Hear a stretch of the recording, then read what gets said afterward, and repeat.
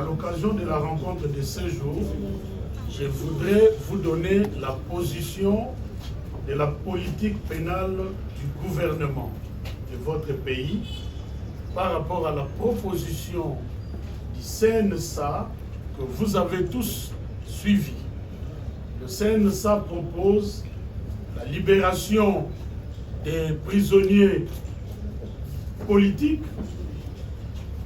la mise à terme des poursuites à l'égard de certains politiciens et la suite que vous avez suivie. Voici la position de la politique pénale du gouvernement congolais. Nous voulons rappeler deux choses. Premièrement, il faut savoir qu'il existe un standard international lorsqu'il faut avoir un dialogue dans un pays en conflit ou un pays post-conflit. Ce standard-là s'appelle justice transitionnelle. Or, la justice transitionnelle se repose sur 4 piliers. Le premier pilier, c'est la recherche de la vérité. Le deuxième pilier, c'est la justice, entendue ici dans le sens de poursuites judiciaires. Et le troisième pilier, c'est l'indemnisation ou la réparation. Et le quatrième pilier, c'est la réforme. Vous comprenez que même dans le standard international, il n'est pas recommandé d'arrêter les poursuites lorsqu'il y a eu des violations massives des droits des populations civiles. Le standard proposé au niveau international veut justement que la vérité soit connue. Or, la vérité ne peut être connue que dans le cadre des procès qui sont menés à terme. L'indemnisation ne peut venir que lorsqu'on a déterminé ou identifié les victimes. Et la justice, dans le sens de la poursuite, mais justement, même ces standards-là recommandent que les poursuites soient menées à terme. Alors, deuxième chose, nous voulons rappeler que quand il y a des victimes, comme c'est le cas pour la République démocratique du Congo, on ne peut pas sacrifier le droit des victimes à l'autel des intérêts politiques. Ce qui veut dire que ce soit pour le CNSA ou les autres propositions qui viennent sur la table, il faut que soit prise en compte la situation des victimes et ce que prévoit le standard international en la matière. Pour ce qui concerne le ministère de la Justice, dans les heures qui viennent, nous allons adresser un courrier et au parquet de l'ordre militaire et au parquet de l'ordre civil pour que les actions pénales en cours soient menées à terme dans le respect de la loi. Voilà ce que nous voulions vous dire et qui sera suivi tout à l'heure des courriers à adresser. Ce ne sont pas des injonctions, parce qu'ici il est question de procès ou de procédures déjà en cours qui doivent être menées à terme. Les propositions qui doivent venir de la société civile ou de qui que ce soit, dans les cadres de décrispation, dans les cadres de dialogue, doit tenir compte des victimes et du standard international en la matière. Je vous remercie. Alors, il n'y aura pas de questions. Bien parlé. Nini Oyo CNSA azali ko proposer, notamment à l'objet que les prisonniers politiques, Babima, esengeli bapoliticien bazali poursuivi na justice baprocès wana to baprocédure wana etelema na nzela. Mokolo ya lelo tobengi bino po totalisa bino politique pénale ya gouvernement ezali nini. Alors politique pénale ya gouvernement to basé yango na ba point mibale. Ya liboso tolingi to rappeler standard international na modèle ya likambo oyo na mboka oyo ezali en conflit to na mboka oyo ezali post-conflit. Na niveau international va recommander justice transitionnelle. Mais na modèle wana na quatre justice transitionnelle balobi boy esengeli koluka vérité, recherche de la vérité. Yami bale ezali balobi justice, c'est-à-dire kosambisa bato basalaki mabe. Yami satu balobi esengeli ko réparer to ko indemniser. Et puis yami ne balobi réforme. Soki to komi esika oyo elingi koloba proposition ya koloba que tolali tolamuki botika ko poursuivre na justice bato babomaki bato basalaki mabe wana ezali proposition même na niveau international endimami te.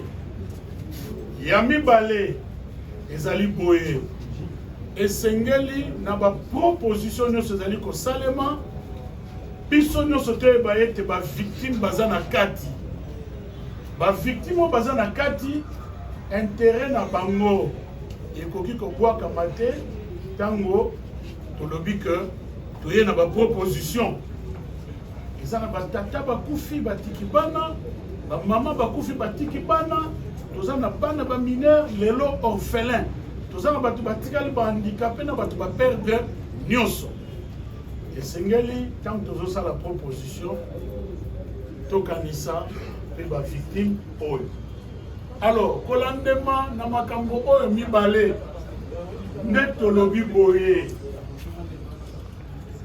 biso justice ya mboka ya Congo tokoyebisa na procureur général près la cour de cassation na ba procureurs généraux près les cours d'appel tokoyebisa na auditeur général de FARDC pe na auditeur supérieur que ba dossier oyo ezali na mesa na bango va continuer à na suka conformément à la loi.